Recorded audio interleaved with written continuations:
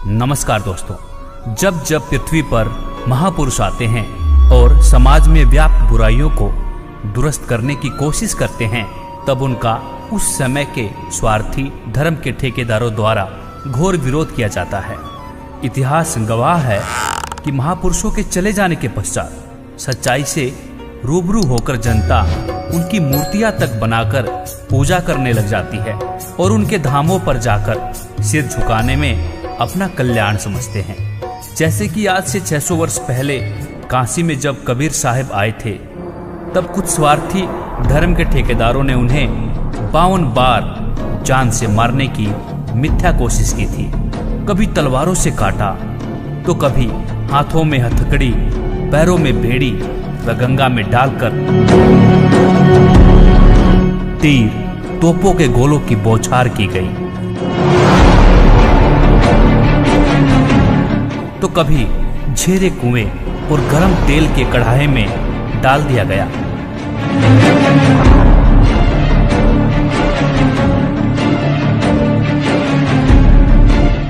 तो कभी बांधकर खूनी हाथी के सामने डाल दिया गया।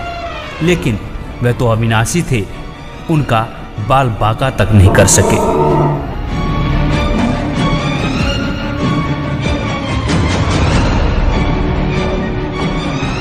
और अब उनके चले जाने के बाद आज कई करोड़ लोग उन्हें भगवान मानकर उनकी पूजा करते हैं। इसी तरह सिखों के प्रथम गुरु नानक देव जी, जब उन्होंने सच्चाई का रास्ता चुना, तब स्वार्थी धर्म के ठेकेदारों ने उनका कड़ा विरोध किया और यहाँ तक कि नानक जी को 7 महीना 17 दिन बाबर की जेल में भी रहना पड़ा।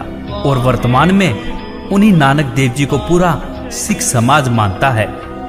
इसी प्रकार ईसा मसीह जी को देख लो, उस समय स्वार्थी धर्म के ठेकेदारों ने उनके ज्ञान का विरोध करके उन्हें करस तक करवा दिया और आज पूरे ईसाई धर्म के लोग उनको पूजनीय मानते हैं। इसी तरह मुस्लिम धर्म के प्रवर्तक मोहम्मद साहब जी का विरोध किया गया था, लेकिन आज पूरा मुसलमान धर्म उनको नबी मानते हैं और उनके बताए हुए रास्ते पर चलते हैं। द्वापर युग में जब भगवान श्री कृष्ण जी आए थे, तब तो स्वार्थी लोगों द्वारा उनका कड़ा विरोध किया गया था। जैसे कि पूतना, केसी, चाणोर, शिशुपाल, जरासिंध और काल्यावन, इन सभी ने भगवान को जान से मारने की कोशिश की। इन सभी से परेशान होकर भगवान श्री कृष्ण ने मथुरा का त्याग करके द्वारका बसाई और आज हिंदू धर्म के लोग उन्हें पूजते हैं।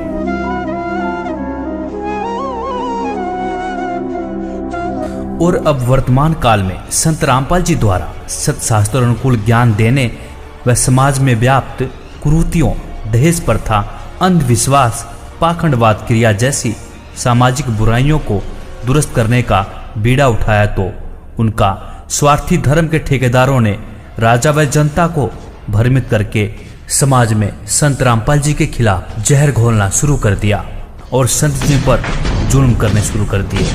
सतलोक आश्रम पर करो या मरो का ऐलान। आर्य प्रतिनिधियों ने किया आश्रम पर पथराव, करो था विवाद। आर्य समाजियों पर बने केस वापस लेगी सरकार, जिसके परिणाम स्वरूप आज संत रामपाल जी जेल में हैं।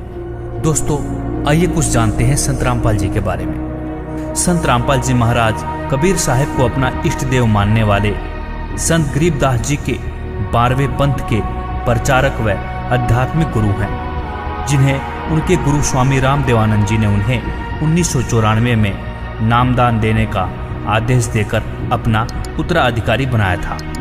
दोस्तों, कबीर साहब जी ने गरीबदास जी के इसी 12वें पंथ के विषय में 600 साल पहले कबीर सागर में भविष्यवाणी कर कहा है कि गरीबदास जी के 12वें पंथ में मैं कबीर स्वयं चलकर आऊंगा और उस समय के चल रहे नकली पंथों को मिटाकर एक ही पंथ चलाऊंगा।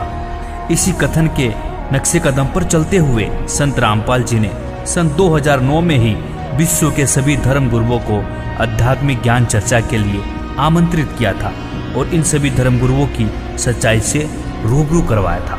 तो आइए पहले देखते हैं वर्तमान समय के लिए गरीबदास जी के 12वें पंथ के बारे में कबीर सागर में क्या भविष्यवाणी की गई है। 12वें पंथ प्रगट हो बानी, और शब्द हमारे की निर्णय ठानी, हमारी वाणी का निर्णय करेंगे पर कर नहीं पाओगे ढंग से उसका निर्णय। अस्थिर घर का मर्म न पावे, यानी सतलोक नहीं जा सकते ये 12 पंथ हम ही को ध्यावे। बर्म में पंथ फिर हम ही चल आवे। होय होय। कबीर साहब ने कहा कि गरीबदास वाले पंथ में हम ही चलकर आवेंगे, सब पंथों को मिटा के एक पंथ चलावेंगे। कबीर साहब के 12 पंथों का वृत्तांत इस प्रकार है। ते प्रथम नारायण दास ने, ये चूड़ामणि है, और दूसरा जागूदास जी का पंथ, और तीसरा सूरत गोपाल, चौथा मूल निरंजन टकसाली पंथ, पांचवा छठा भगवान दास का पंथ, सतनामी पंथ, कमाली पंथ, ये कमाली नहीं है कमाल का पंथ है, राम कबीर पंथ, प्रेम धाम की वाणी पंथ, 11वां जीवा पंथ और 12वां गरीबदास पंथ। तो दोस्तों अब यह जानने की कोशिश करते हैं कि संत रामपाल जी कबीर साहब के अवतार हैं या नहीं। जिस तरह कबीर साहब जी ने बहुत से महापुरुषों को सतलोक दिखाया है, जिनमें से आदरणीय धर्मदास जी, आदरणीय गरीबदास जी, गुरु नानक देव जी, दादू दास जी इत्यादि, इसी प्रकार संत रामपाल जी भी अपने हजारों अनुयायियों को जीते जी सतलोक दिखा चुके हैं। बैतूल एमपी की रहने वाली बहन भारती को जब संत रामपाल जी ने जिंदे जी सतलोक में कुछ ऐसा घटित होते दिखाया कि बहन भारती संत रामपाल जी को सतपुरुष कबीर साहब का अवतार मानने को मजबूर हो गई। सतगुरु रामपाल जी महाराज मुझे सतलोक लेके गए, और जब मैं सतलोक में गई तो परमात्मा मेरे आगे आगे चल रहे थे। दोनों तरफ पहाड़ी थी, वहाँ पर बहुत अच्छे अच्छे पेड़ पौधे लगे थे, और उन पेड़ पौधों में से छोटी छोटी ऐसी रोशनी बहुत प्यारी निकल रही थी। और एक उसमें से एक पौधे को मैंने छूकर देखा था, तो वो इतना सॉफ्ट था कि आज तक मैंने ऐसी कोई भी चीज़ को हाथ मतलब छूकर देखा तो मतलब ऐसी सॉफ्टनेस मुझे यहाँ पर फील नहीं हुई।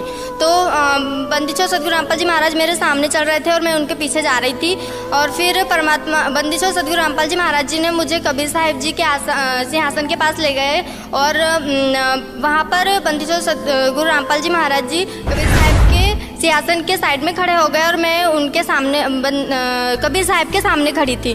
तो क्या हुआ, देखते ही देखते क्या हुआ कि बंदीछोर सतगुरु रामपाल जी महाराज कबीर साहिब के शरीर में समा गए, और फिर अकेले कबीर परमात्मा रह गए। फिर कबीर परमात्मा का शरीर बंदीछोर सतगुरु रामपाल जी महाराज जी के रूप में चेंज हो गया। फिर बंदीछोर सतगुरु रामपाल जी महाराज जी कबीर साहिब के रूप में चेंज हो गए। फिर तब मुझे वहाँ पर समझ आया कि जो बंदीछोर सतगुरु रामपाल जी महाराज जी हमारे बीच यहाँ धरती पर रह रहे हैं, यही खुद कबीर परमात्मा है, और यही भगवान है जिसे मैं बचपन से तलाश रही थी।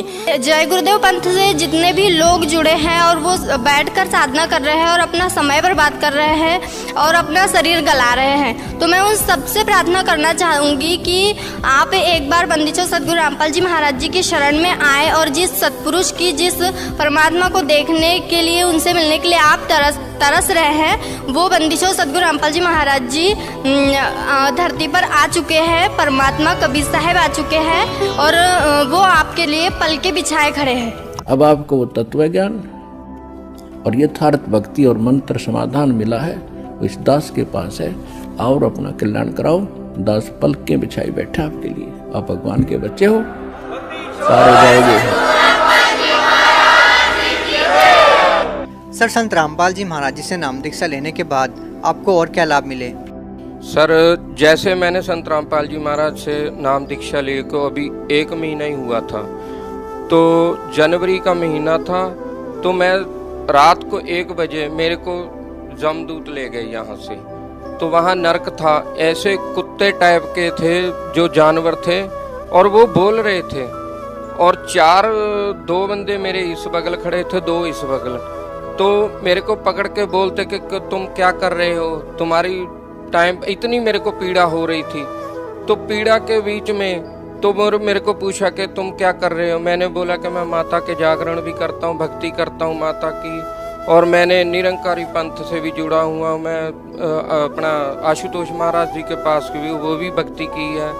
तो आखिर में जब नहीं मेरी पीड़ा कम हुई, नहीं छोड़ रहे थे, तो फिर याद आया मेरे को कि मैंने तो संत रामपाल जी महाराज से नाम लिया हुआ है। तो मैंने बोला कि मैंने तो संत रामपाल जी महाराज जी के नाम लिया हुआ है। तो बोलते कि संत रामपाल जी महाराज कौन है? मैंने कहा वो तो पूर्ण परमात्मा कबीर साहब के अवतार हैं। कि वो तो वेद शास्त्रों को सारा को खोल के बताते हैं कि भक्ति करनी चाहिए। तो संत रामपाल जी महाराज वहीं प्रकट हो गए। जो लोग ये कहते हैं कि संत रामपाल जी महाराज जेल में हैं, तो संत रामपाल जी महाराज पूर्ण परमात्मा कबीर साहब के अवतार हैं, वो वहीं प्रकट हो गए। प्रकट हुए जब, तो वैसे मेरे को बहुत पीड़ा हो रही थी, मेरे को पकड़ा हुआ था। तो संत रामपाल जी महाराज ऐसे आए, बहुत सफेद वाहन था उनका, तो जैसी वेशभूषा मैंने उनकी चित्र में देख रखी थी वैसे ही। तो मैंने बड़ा सोचा कि गुरुजी तो ऐसे चले गए निकल के, तो मेरे को छुड़ाया तो है नहीं जैसे हमारी आम आदमी की वृत्ति होती है। तो वो तो बताया कि संत जो होता है उसके वचन में शक्ति होती है। तो जब चले गए गुरुजी, तो मैंने कहा कि गुरुजी ने तो मेरे को नाम दे रखा है। तो मैंने जो प्रथम मंत्र मेरे को मिले हुए थे 7 मंत्रों से पहले मंत्र है जो, तो मैंने उसका उच्चारण करना शुरू कर दिया जोर जोर से। तो करने वो छोड़ के मेरे को ऐसे गिर गए, पासे हो गए मेरे से।